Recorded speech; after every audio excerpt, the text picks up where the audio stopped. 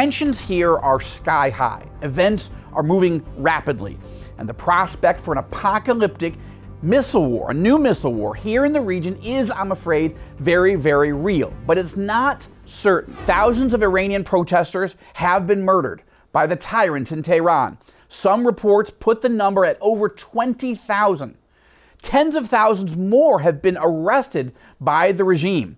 And President Trump has ordered 2 American aircraft carrier strike groups into the region, along with hundreds of fighter jets, bombers, missile defense batteries, and American troops. Over the weekend, President Trump made huge headlines by calling for an end to the regime of so-called Supreme Leader Ali Khamenei's 37-year-long reign of terror, telling Politico it's time to look for new leadership in Iran. Trump called the Ayatollah a sick man. He's right about that, whose country is the worst place to live anywhere in the world because of his poor leadership. So, what happens next in Iran? At the moment, I see 3 distinct possible scenarios. Scenario 1, Trump talks tough against the regime, but in the end, does nothing, concluding that it's simply too risky to his presidency, to the American economy, which is roaring right now, and to the Republican prospects in the midterm elections this fall to do anything else militarily in the Middle East. Okay, scenario number 2. Trump orders a large but limited strike designed to punish but not topple the Iranian regime for murdering so many protesters. Scenario 3. Trump goes all in, and he orders massive and continuous military attacks designed to truly decapitate the Iranian leadership and severely damage, if not entirely destroy, the leadership, the offensive capabilities of Iran's military, paramilitary, intelligence, police, and security forces. Why? In order to effect regime change. To be sure, this scenario is the riskiest, most expensive, and most controversial option. Done right, it could create the greatest geopolitical victory of the 21st century and the greatest accomplishment of Trump's presidency. But done wrong, it could prove disastrous. The stakes are very, very high. Now, I don't pretend to know which option President Trump will choose. I'm not sure if he knows at the moment. But I urge you and all Christians everywhere to pray without ceasing for the president, for the people of Iran, and pray for the peace of Jerusalem. After all, critical questions remain. What exactly does the immediate future hold for Iran, for Israel, for the Saudis and our other Arab neighbors, and for evangelical Christians in the epicenter? Will 2026 be another year of war and terror, or a year of historic new peace treaties and tectonic geopolitical change? Which brings us to part 2 of my exclusive interview, my exclusive conversation with Yossi Cohen, Israel's former national security advisor and the former head of Israel's legendary spy service, the Mossad. Yossi Cohen has just written a spellbinding new book. It's fascinating. It's called The Sword of Freedom. It's a memoir of his life as an Israeli spy, a real-life Jewish James Bond that worked deep undercover missions in Iran and all over the region and around the world, and his role as national security advisor and Mossad chief. And I could not put this book down. I highly recommend that you buy it or listen to it. It's fantastic. And as we sat down for a 75-minute conversation over a wide range of critical topics, I have to tell you that I was struck by how impressed Yossi Cohen is with President Trump's geopolitical instincts and how bullish Yossi Cohen is about Trump's ability to move the Middle East from a place of war and terror and darkness to a very positive new future of peace, prosperity, and security. Take a look. So I think that in the region, which is mostly important, Joel, today, you feel the American presence again, strongly. All right? And everything, positively, and everything, not just strongly, positively, but positively, of course, positively, and everything is connected.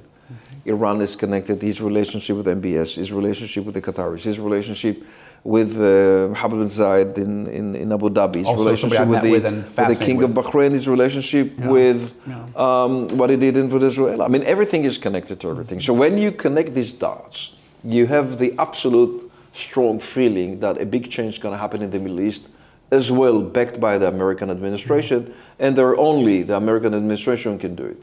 There were two questions I had to ask Yossi Cohen because there are so many conspiracy theories in the air on these topics, driven mostly by Tucker Carlson and Candace Owens and their ilk. One was about Jeffrey Epstein, the other was about Charlie Kirk. Jeffrey Epstein, was he a Mossad operative? Were you guys running Jeffrey Epstein in some sort of sex scandal, I don't know, trying to lure world leaders into these things? Of course not.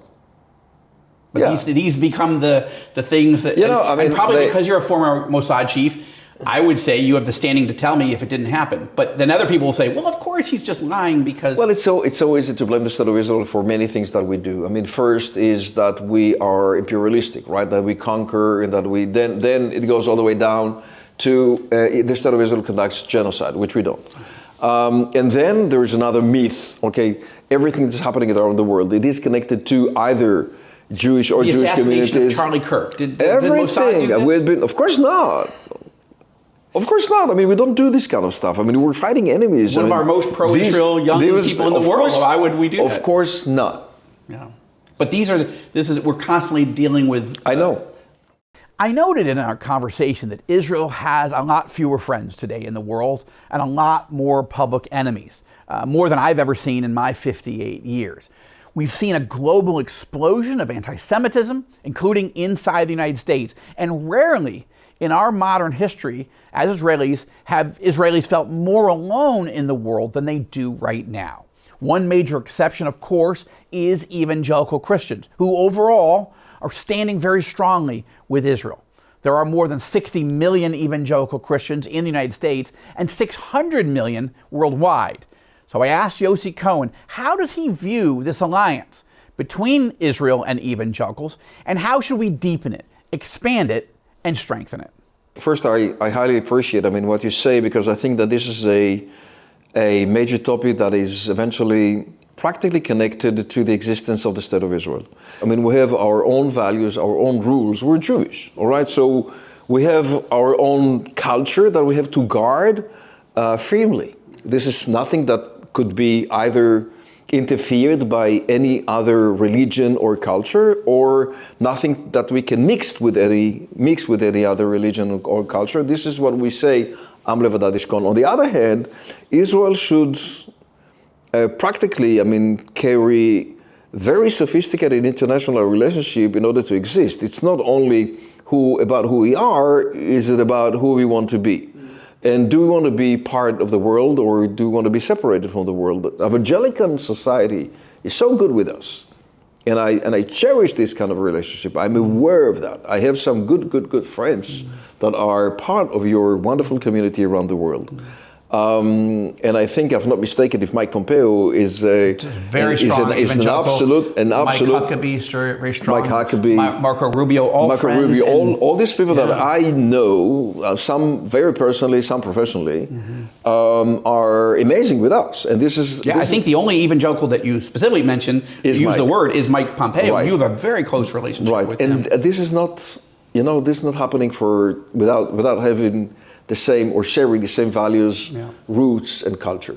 All right. When I've met with Mike, and this is the first time, it was like, as I told him, a few days ago we've been celebrating together. Not celebrating together. I'm sorry. It was a gala evening for United Hatzalah in Miami, and I told them on stage that was a love at first sight. So I think it was, but not because of basically our personality or just who we are. It is because of what we believe in. And I think the evangelical society, evangelical community around the world, and majorly in the USA, where I think that you're the biggest, right? You're the bigger evangelical society. 60 million. Community, yeah. How many, I'm sorry? 60 million in the 60 US, and worldwide, 600 million. 600 million, but in America it's quite 10% of what... And I can't say that every single evangelical really understands Israel, but among the vast majority, yes, Christian Zionism, the sense that it's not a political decision to support Israel and the Jews. It's a theological understanding. Absolutely. God has a deep love and a plan, and we need to be part of that plan as opposed to resistance. I know the plan. Yeah. I'm aware of the plan.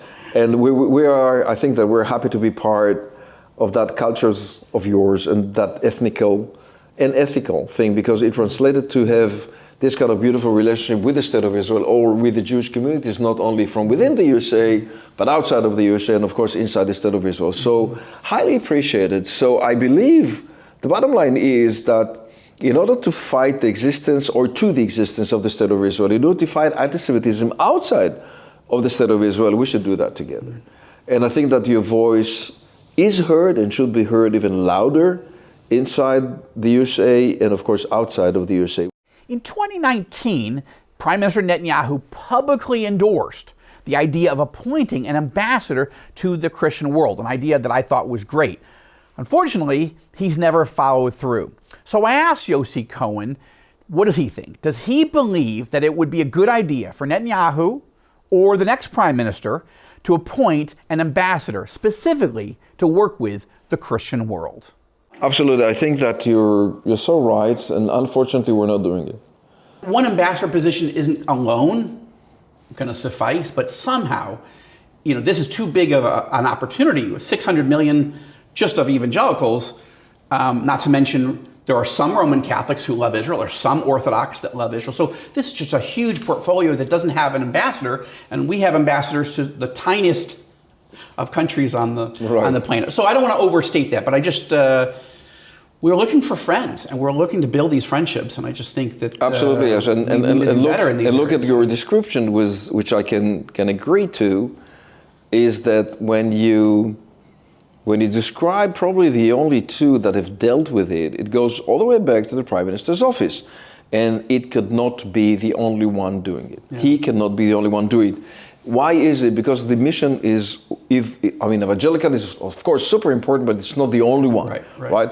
You have to communicate who we are to the Catholic world, which is like billions of, and you have to communicate who we are to the Arab world and to the Muslim world. Absolutely. And there are some important figures and important people and important, leaders that are seeing positively the State of Israel, and it is not being communicated rightly. Head of Mossad could do part of it, and I did, as much as I can, to explain who we are. Yeah. Okay, to show them, kind of a tray, to show them, you see, this is the reality, okay? This is what I show you. These are the details of the country. This is the way the country runs its life. This is how Jewish communities are eventually living. We're not trying to create wars. We're not imperialistic, trying to conquer countries and nations and land. We're not killing. We're not genocide. We do not do genocide, or we do not conduct genocide. And all this has to be explained again and again and again. We do not have that. Yossi Cohen was Prime Minister Netanyahu's national security advisor. Bibi appointed him to be the head of the Mossad. And then they had one of the most impactful, effective relationships that any prime minister and Mossad director has ever had in Israeli history. Yet, upon retiring from the Mossad, Yossi Cohen has had some very pointed criticisms of his old boss. Cohen writes in his new book, The Sword of Freedom, that it is unforgivable what Israel's leadership allowed to happen on October 7th. Page 3. I cannot forgive the attitudes and approaches which led to such a disaster. Page 4.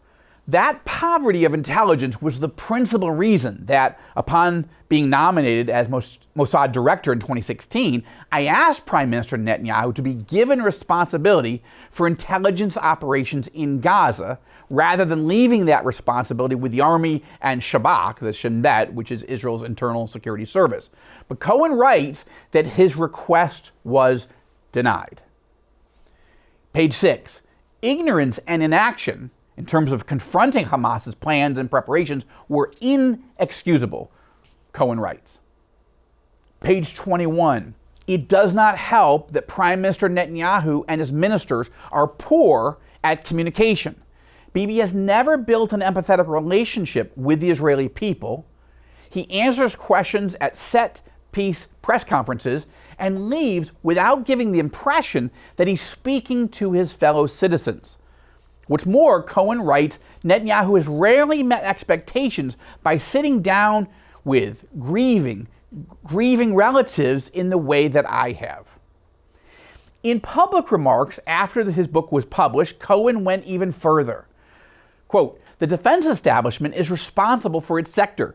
You should have known how to thwart the attack and known how to defend the border when it collapsed, he said last fall. I was stunned. I think this is something unforgivable. There was a time last summer that Cohen was publicly considering the idea of running for prime minister. He concluded last fall that it was not his time, but that did not stop him from arguing that it was time for Netanyahu to step aside. Last September, for example, in a primetime interview on Israel's Channel 12, Cohen said in Hebrew that Israel, quote, needs to move away from divisive factionalism and to talk about unity. And then he argued that Netanyahu can't do that. He can't unify what needs to be unified right now. During his many years in office, Netanyahu has done many things out of a deep faith in Israel that are good, Cohen acknowledged. But he added, at this time now, change is required.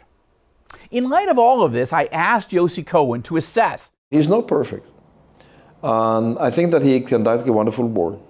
From October 7th and onwards, I think that the challenges that the state of Israel has faced, not only alone, but together with the Mossad, Shabak, IDF, I think that we've done beautifully. And that's under him. The things that I wrote in my book is not a proper criticism because I do not intend to criticize. It's an assessment, I guess. It's an assessment about who he is, to me, right? And I know who he is to me, and I know who am I, too. He knows about me as well. And truly, we had been professionally working beautifully together. I was very happy to be nominated by him as Deputy Director of the Mossad, Head of the National Security Advisor Council, which is a huge job, and then Director of the Mossad by him, again and again and again. So there is a lot of trust that had run between us. I trust him, he trusted me, and that's the only thing I need. I was not looking for a new friend, and he was looking to have an ally, to play chess or shashbish, whatever. That's the way I saw it. So there was a very high level of appreciation to what he is and to what he did. Nevertheless, I think that the people of Israel would go again for another round of a very, very brutal election round. And he will run again, I assume. I will not. And let's see what happens. The corollary to that is you are somewhat, I would argue, unforgiving about everybody that was in charge of Israeli national security on October 7th. You just described, and I think rightly, I do, over the last 2 years, how he's handled the war since has been stellar. It really is almost miraculously successful. But October 7th is the greatest stain on Israel, absolutely, probably in our modern history. That's a tension for voters to say, do we punish Netanyahu for his failures, not just alone, but he's the top of the food chain on October 7th, or do we reward him for... Let's wait and see. I don't read polls every day, but there are polls coming out every day. And according to the last one I saw, during that last weekend of ours, beginning of January 2026, you see that he is going to win the elections again. I'm not sure. I see that his party is going to be the biggest, probably. That's for me. But does he have a coalition? Winning. That's the kickstart for winning the elections. Then some assume that he will not have enough coalition members to form the government. However the showdown between the United States and Iran plays out, one of the most important questions that everybody in the region is asking is this. Is this the year that Saudi Arabia will join the Abraham Accords? That is, can President Trump persuade the Saudis to sign a peace and normalization agreement with Israel, or has the moment passed? Look, you know him, you know MBS, you've met him. What's your assessment of Mohammed bin Salman? And do you think that the war on October 7th and the war that's happened over the last 2 years has ruined the possibility of an Israeli-Saudi normalization, or do you see it coming in 26 or 2027? Right. First, I think that most of the days is quite reasonable guy. most of the days, because he had some other, let's call it little accidents around the world, and he still do, that are not in line of international relationship, right? And I will not refer to that, I mean, more than that, but most of the times that I've met with him, the only issue was us, the region, and Israel. Say that again? Us, I mean, our Us, relationship, Israel. us, Israel, and the region. And the region.